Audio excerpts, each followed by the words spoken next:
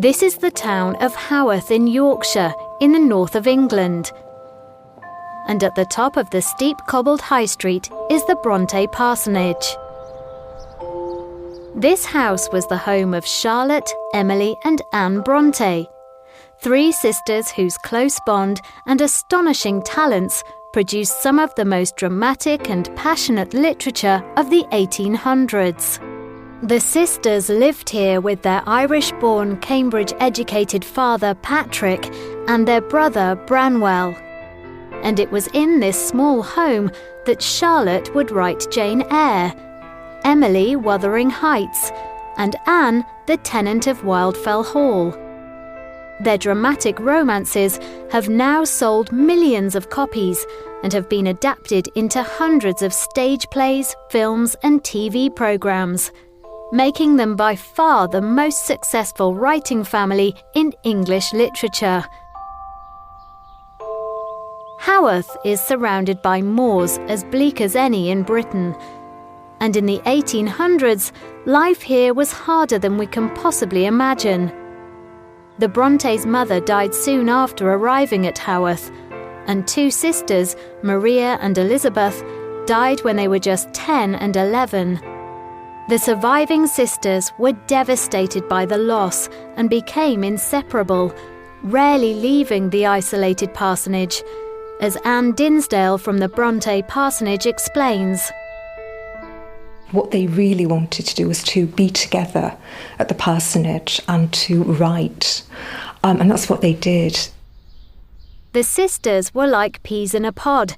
They had an almost symbiotic relationship.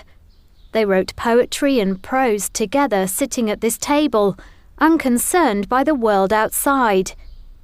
Like most female authors at the time, the sisters didn't use their real names when they first published their work.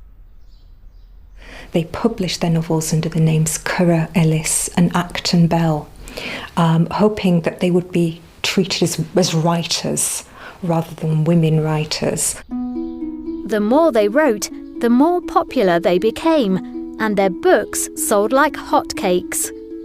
Soon, everyone wanted to discover the authors' true identities. So Charlotte and Anne travelled to London by train, where they confessed their real names to their publisher, who was stunned by the revelation. But tragedy haunted the parsonage. In 1848, Branwell died, and his death was followed by Emily and Anne's within a year. Charlotte was stronger than her sisters, and she was devastated by their deaths, but she continued writing. Charlotte married a colleague of her father's in 1854, but died only 6 months later when she was pregnant with her first child. She was only 38 years old, but she was already a famous author. She died in 1855 in this house, and 2 years after her death, a biography written by Elizabeth Gaskell was published, The Life of Charlotte Bronte, and that attracted a huge amount of interest in the Brontes' lives. People wanted to come to Haworth and see the place where the Bronte novels had been written and to see where the family had lived their lives. There has been a small Bronte museum in Haworth since 1895. But it wasn't until 1928 that the parsonage opened to the public. Today, inside, visitors can see many of the sisters' possessions, including Charlotte's wedding dress. They can also see many of the sisters' handwritten letters and manuscripts of poetry and prose. Experts still come to the parsonage from around the world to research the sisters and their work. Every year we get 75,000 visitors on average, and they're drawn from all over the world, from America, from Japan, from places in this country. The Bronte novels have been translated into over 26 different languages. They're read by people all over the world.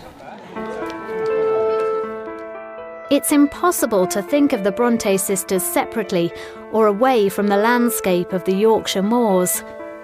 There's little doubt that it was the relationship between the sisters and their surroundings, that helped each one to produce writing that still grips and thrills readers today.